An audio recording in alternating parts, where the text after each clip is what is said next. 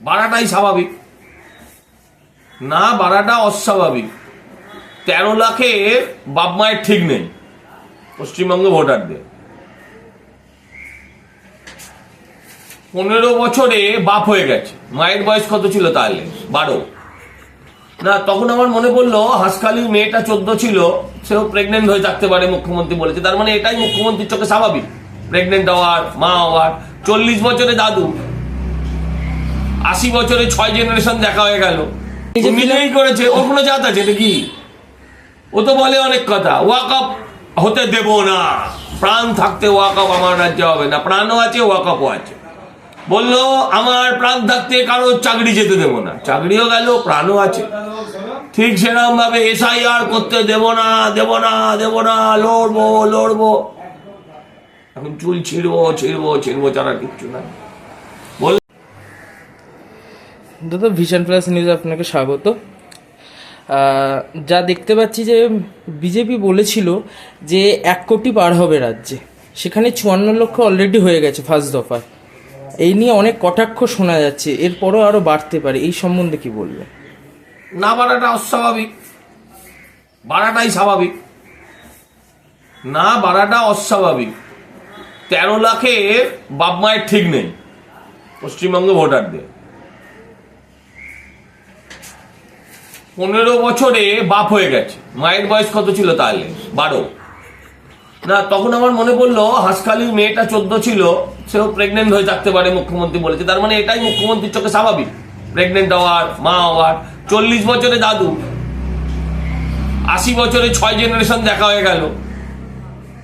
মানুষের জীবন না কুত্তার জীবন, এটাই বুঝে ওঠা মুশকিল। কারণ 40 বছরে যদি কেউ দাদু হয়, তাহলে তার 70-80 বছরের মধ্যে সে 5-6টা জেনারেশন থেকে ফেলবে আর কি।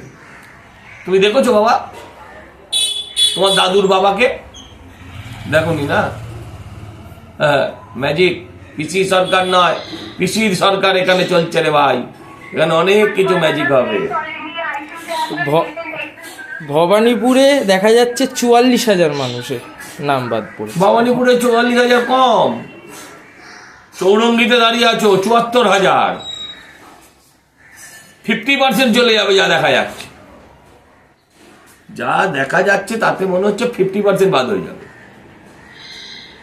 ভয়ঙ্কর ব্যাপার।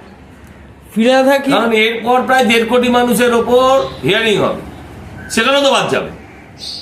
সেখানে যেমন কিছু উঠবে, কিন্তু 1.5 কোটি মানুষ তো আর উঠে যেতে পারে না। মমতা ব্যানার্জি বলেছিল এসআইআর ফর্ম কি বলে ফিল আপ না করতে, তারপরে নিজেই করেছে। ওর কোনো জাত আছে নাকি?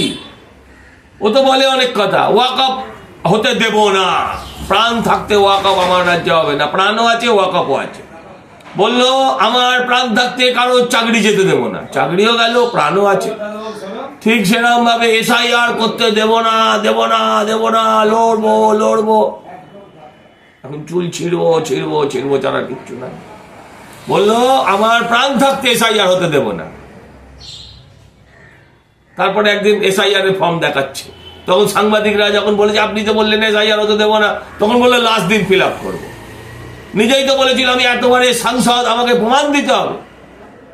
তো তোমার যদি বুকে দম থাকতো, তুমি যদি বাপের বেটি হয়ে থাকো, তুমি কেন ফর্ম ফিল আপ করলে? ফর্ম না ফিল আপ করে দেখা যায়। হুমায়ুন কবিরকে শোকজ করেছিল বাবরি মসজিদ। নাটক কবে শোকজ করেছে? শোকজটা কবে করেছে আপনি আমার উত্তর দিন না। হুমায়ুন কবিরকে শোকজ করেছে কবে? হুমায়ুন কবির 1 বছর আগে থেকে বলে এসছে আমি 6 তারিখে 6ই ডিসেম্বর বাবরি মসজিদ করবো। লোকটা তো এক কথায়, সে যতই হিন্দু মাথা কাটুক যাই কাটুক, লোকটা যা বলেছে সেটা তো করেছে, এটা তো অস্বীকার করা যাবে না।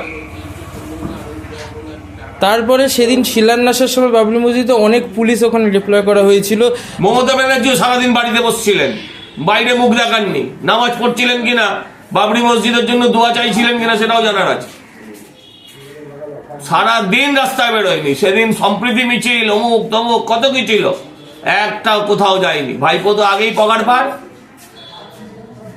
হ্যাঁ, আর পিসিও সেদিন ঘর থেকে বেরোয়নি।